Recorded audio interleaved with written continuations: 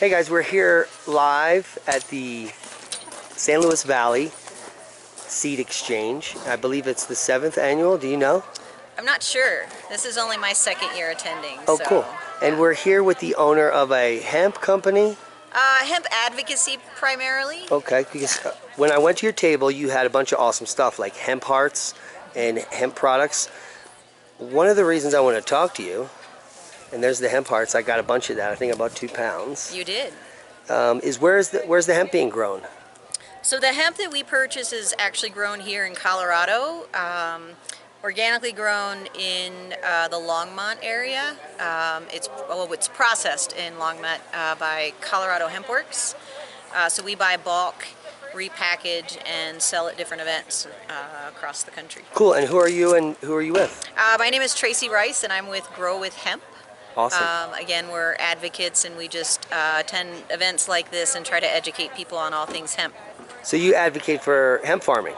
We do. We do. Okay, cool. Now here's my big problem with hemp farming.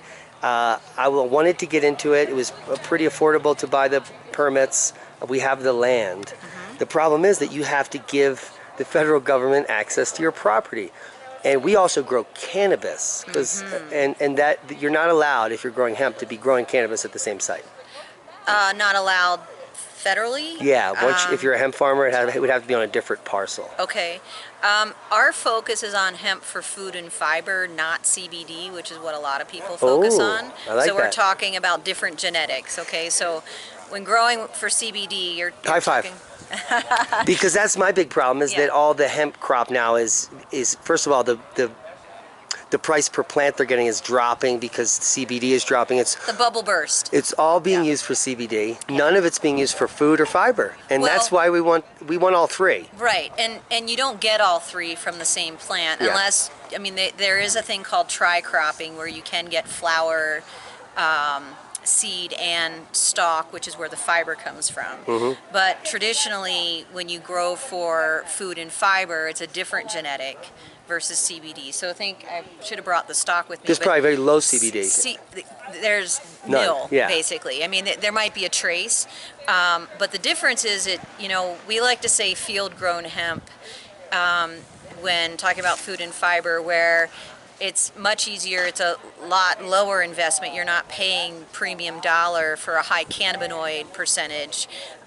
You're basically buying a certified seed that you throw in the ground. You can broadcast it, drill it, and then you just flood irrigate, water it, but you're not calling males, it's not feminized, so the amount of labor is a lot less, and it kind of does its own thing. It grows fast enough that it'll canopy so that's your weed control.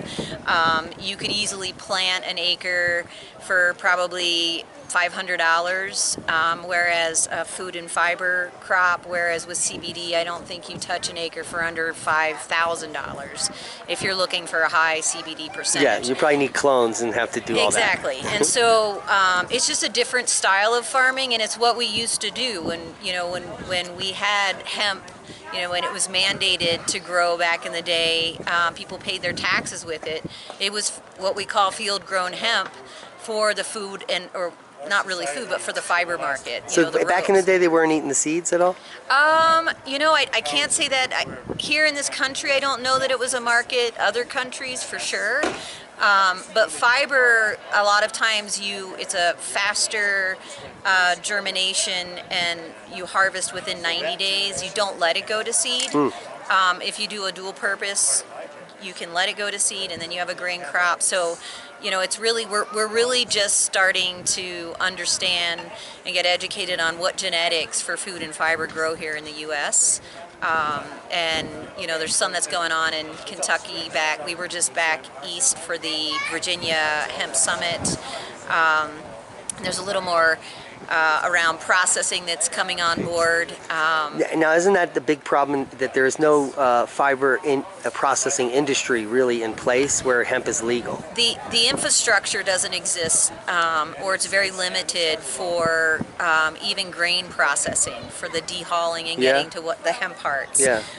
There's 3 companies that we're aware of here in the U.S. right now. 3 only.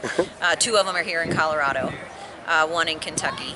Can you buy your own equipment and de-hull yourself? Absolutely, and we've looked into it, and I'd say for $100,000 you could have the equipment.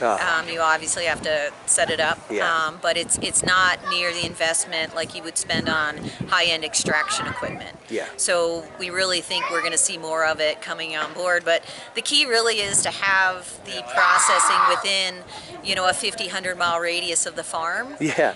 So that we're not transporting these materials all over the country, which kind of defeats the whole purpose. Cool. So I think what we'll see are these hubs popping up where you will have both grain and fiber processing as we ramp things up here in the U.S. Well, that's good news. Now, what are the benefits of eating the hemp hearts? So it's one of the best plant-based protein sources, period.